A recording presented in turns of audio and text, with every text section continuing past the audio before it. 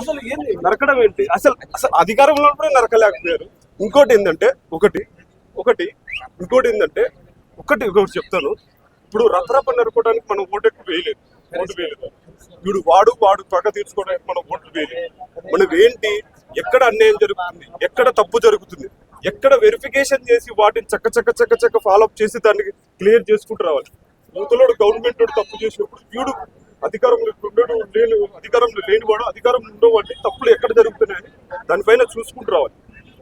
ఎప్పుడు ఎక్కడికి వెళ్ళినా జనాలు నేను నరుకుతా సంపుతా అసలు పోలీసులు అధికారంలో ఉన్నప్పుడు అధికారంలో ఉన్న పోలీసులు నువ్వు పోతే ఇంకొకటి వచ్చినా ఎవడొచ్చినా పోలీసులు 60 సంవత్సరాలు ఉంటారు.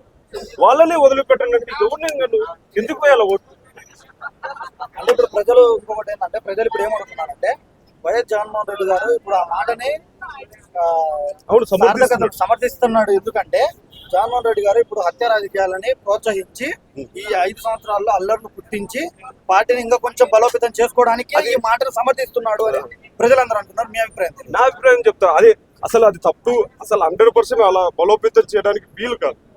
ఒక రాజకీయ నాయకుడు ఎలా ముందుకు వెళ్ళాలంటే నేను ఒక్కటే మాట చెప్తాను, అసలు నిక్కర్సిగా నిజాయితీగా ముందుకు వెళ్ళాలి.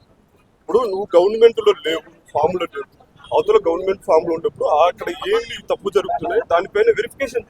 ఎవడో సంవత్సరం కింద చచ్చిపోయిన వాడి కోసం పోతావు, ఎవడో గంజాయి వాడు ఎవడో బ్యాచ్ కోసం పోతావు, వాడు ఎవడో చచ్చిపోతే పోతావు. నువ్వు పోయేక్కడ చచ్చిపోతున్నారయ్యా బాబు, వాడిని పట్టించుకోరా, ఆర్థికంగా వాడికి సాయం చేయరా నాయనంటే చేయలేవు. ఇదంతా వైఎస్ఆర్సీపీని విమర్శించడం ఒకటే అన్న.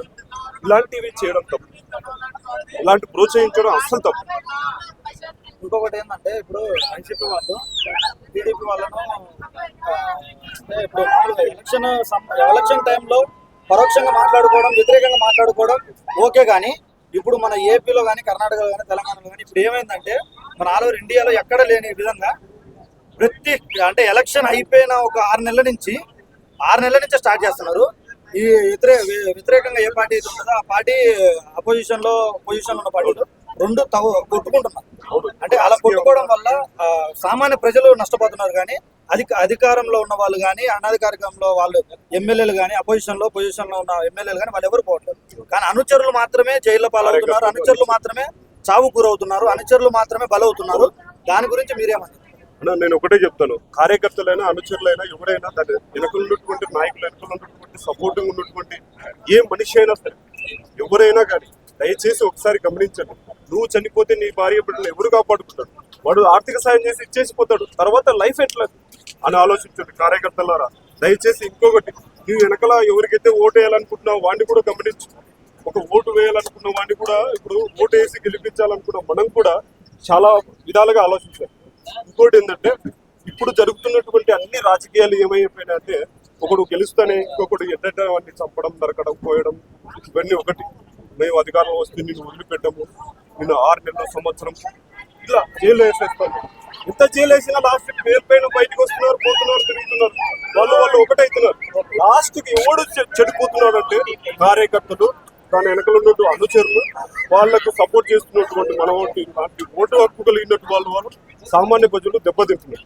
వాడేదో చంపడం, నరకడం చేస్తే రోడ్డు మీద పోతే వాటితో పాటు పరిగెత్తడం సరే ఓకే, చేసిన అభిమానం ఉంది ఓకే, ఎంతవరకు ఉండాలి? ఎవడైనా సరే నిజాయితీ కాకుండా అవినీతికి సపోర్ట్ చేసే వాడికి ఎప్పటికీ ఓటు వేయాలి.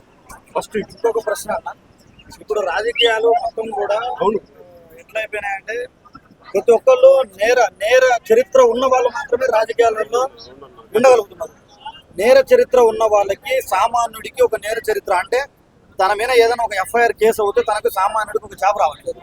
బట్ ఒక సామాన్యుడికి జాబ్ రానప్పుడు ఒక సీఎం అధికారంలో, ఎమ్మెల్యే అధికారంలో, ఎంపీ అధికారంలో ఒక రాష్ట్రాన్ని, ఒక దేశాన్ని, ఒక ఏమంటారు ప్రాంతాన్ని శాసించే వ్యక్తులు వాళ్ళు శాసించే వ్యక్తులు వాళ్ళు తప్పులు చేసి బెయిల్ మీద బయటకు వచ్చి వాళ్ళు ఎమ్మెల్యేలు, ఎంపీలుగా వాళ్ళు చలామణి అవుతున్నారు. దీని గురించి మీ మాటలు? నా మాటలు ఒకటే అన్న, ఇప్పుడు ఎవరైతే మన సపోర్ట్ చేస్తున్నారో అంటే నరకడం, చంపడం, అవినీతికి ఎవరైనా తావిస్తున్నారో వాళ్ళకు మాత్రం ఓటు వేయద్దన్న ప్లీజ్ దయచేసి. ఇంకొకటి ఫస్ట్ నేను చెప్పేది ఏంటంటే ఎవడైతే గనక నేను వస్తే వాడిని చంపుతా, నేను వస్తే వీడిని పైకి లేపుతా, లండన్ ఉన్నా, సింగపూర్లో ఉన్నా, ఎక్కడున్నా నేను వదిలిపెట్టే ప్రసక్తి లేదని, వీళ్ళకు వాళ్ళకు వేయడానికి ఓటు కాదన్నది. ఇది ఓటు హక్కు కలిగిన వాడు, ఇది అసలు ఓటు కానే కాదు. ఓటు వేయాలంటే ఎవడైనా సరే మంచిగా వేయండి. ఇంకోటి ఏంటంటే ఇప్పుడున్న రాజకీయాలంతా ఒకరు ఓడిపోయిన తర్వాత మాట కొరికే మంచికి ఓటు వేయాలంటే అక్కడ మంచి అనేది ఇక్కడ మంచి